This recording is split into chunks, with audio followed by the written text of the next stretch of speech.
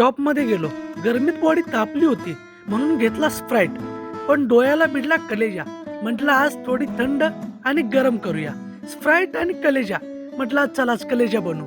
Kitchen मध्ये आलो, कांदा कापतो तेवढ्यात आवाज आला, मालका मिरची कुठे आहे?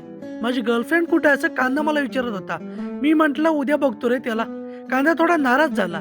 मग त्याला मीठ घालून समजावलं. टमाटर तर ऑटो आपोआपच आलं.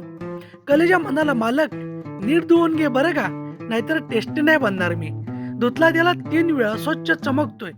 सर्व मसाल्यांना एकत्र केलं. उंचीप्रमाणे म्हटलं चला उभे राहा. घाटी मसाला मात्र सर्वांना बोलतोय, मेरे सामने झुक के रहना पडेगा तुम सबको. सर्वांना पाण्यात सोडलं का तर भांडण नको व्हावं म्हणून.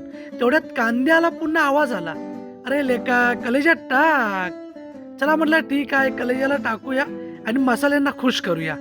शिजत असताना स्वप्नासारखा वास डोळे पाणावले.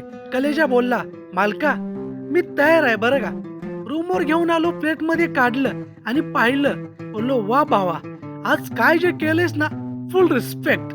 पहिला घास गेला पोटात आणि आतून एक आवाज आला, शेफ नाहीस तू तर कलाकार आहेस रे. आजचा कलेजा मसाला नाव नाही तर अनुभव होता भावा.